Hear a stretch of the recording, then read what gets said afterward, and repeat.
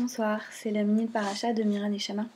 Je voudrais dédier ces quelques mots à les Ilul Nishmat pour la montée de la Neshama de Alon Bakal et de Shimon Rom qui ont été tués sur la rue d'Izengoff à Tel Aviv le 1er janvier.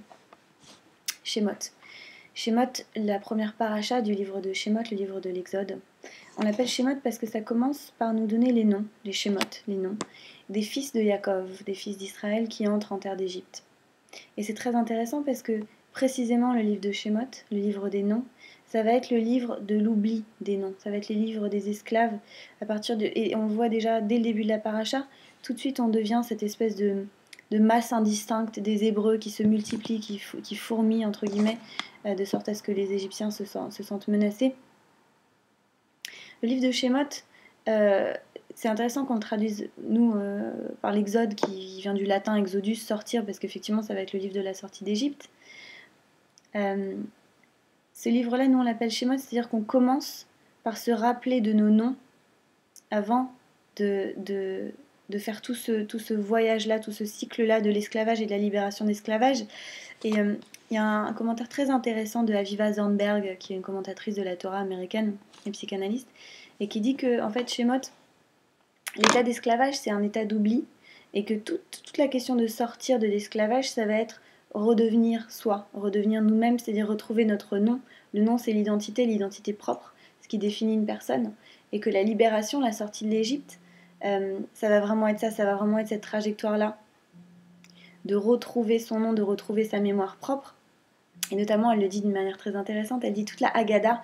Haggadah, c'est vient de l'Hagid, parler, dire, raconter. La Haggadah, elle dit que le fait de raconter notre histoire, parce que c'est ça qu'on doit faire pendant Pessah, on raconte notre histoire, l'histoire de l'esclavage en Égypte et l'histoire de la sortie d'Égypte, ça va être la thérapie, donc par la parole, pour sortir de cet oubli, de cette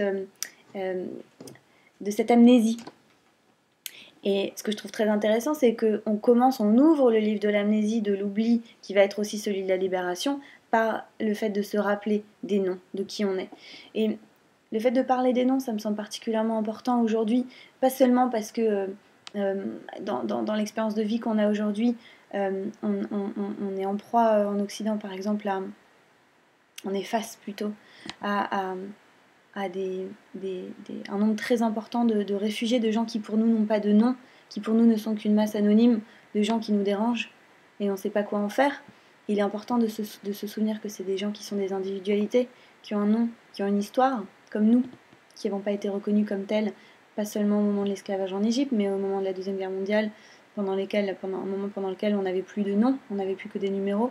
Et vous savez que dans le judaïsme, il est interdit de compter les êtres humains, justement, pour cette raison-là, parce qu'on n'est pas des chiffres, on n'est pas des numéros anonymes, on n'est pas des espèces de membres d'une masse indéterminée, on est des individus, des individualités.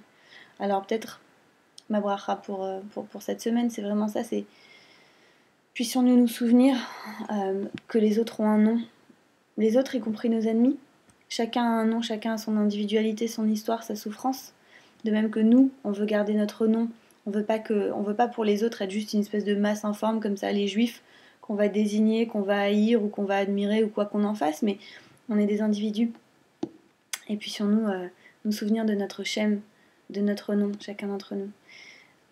Et c'est pour ça aussi que chez nous c'est tellement important de se souvenir du nom de nos morts et de le rappeler dans nos offices religieux. Et c'est pour ça que quand on a des séances d'études de Limoud, on dédie souvent notre étude à la Ilul Nishmat pour la montée de l'âme de nos défunts, dont on rappelle les noms.